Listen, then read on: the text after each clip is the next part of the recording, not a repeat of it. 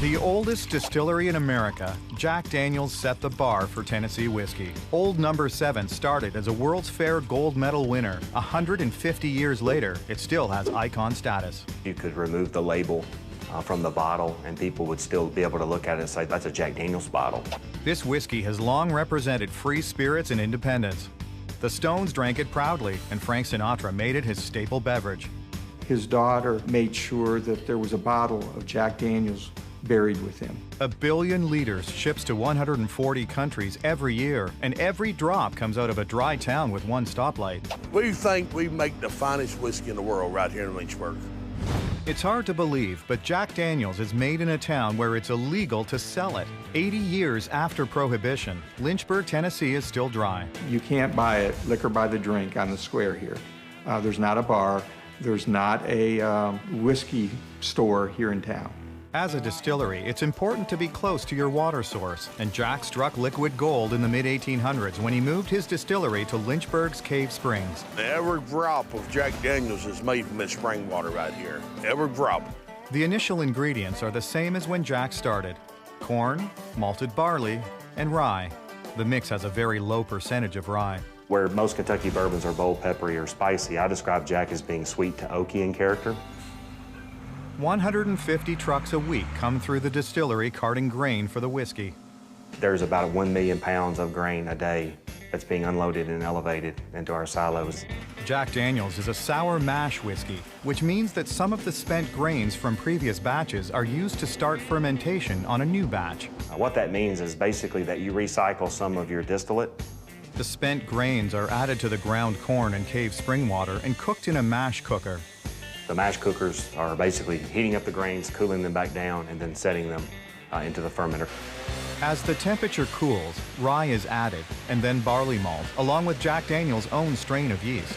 The yeast that we use today is the one that we've had since Prohibition. Because yeast decays when it's exposed to air or moisture, Jack Daniel's isn't taking any chances with their yeast. We do keep the yeast cultures, in cryogenic storage as a backup measure. The yeast in the mash will sit in the fermenting tanks for 4 to 6 days. Okay, this fermenter was set approximately 3 hours ago. You can see how this one is starting to actively bubble. After several hours, the yeast really gets rolling, not from heat, but from the yeast acting on the water and grains. It takes each one of those molecules and splits it kind of 50-50 between a CO2 molecule and an ethanol molecule, or whiskey. After the yeast has done its work, a liquid with about a 12% alcohol content is transferred to a copper still for distillation. What you're doing inside a distillation column is just taking advantage of the fact that alcohol will become a vapor. At the right temperature, alcohol will turn to vapor, but the excess water will remain liquid. You want to be hot enough that you can vaporize the alcohol, but not so hot that you're also making steam from the water. The vaporized alcohol is transferred and cooled back into a liquid. This time, the alcohol content is at a full 140 proof. And then all you're going to do is collect that off into your condenser.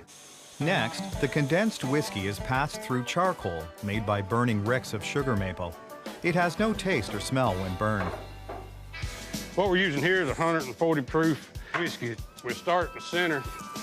The whiskey used as fuel for the fire is pulled straight from the still. The reason we use that is because we don't want any kind of petroleum products. After the wood is burned, it's cooled down and moved into the charcoal room for grinding. We'll bring it in here and put it in this grinder and grind it up to about a 1/4 inch consistency.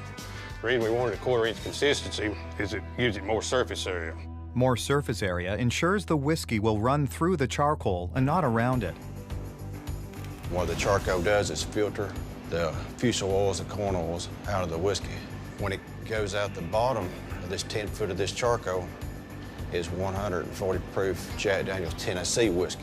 The vats are made of white oak. The charcoal is changed out at least every 6 months. It takes 4 to 5 days before the whiskey for it to go from the top to the bottom. What separates this Tennessee whiskey from bourbon is that bourbon doesn't undergo charcoal mellowing. A bourbon goes from the still to the barrel to the warehouse. Tennessee whiskey goes from the still through the charcoal, the barrel, and then the warehouse. And you know, too, what makes Jack Daniel's so unique too, we do make our own barrels too, Like the vats, the barrels are made of American white oak. They're constructed at a cooperage in Louisville, Kentucky. The barrels are formed from cut and planed wood. The wood is steamed so it's pliable, then it's shaped. Just like bourbon, Jack Daniel's, which is a Tennessee whiskey, must be aged in a new charred white oak barrel. The whiskey's color and a lot of its flavor comes from the barrels themselves. The barrel is a key ingredient in the making of whiskey, and it's why Jack Daniel's makes all of its own barrels. The right char takes about 20 to 25 seconds.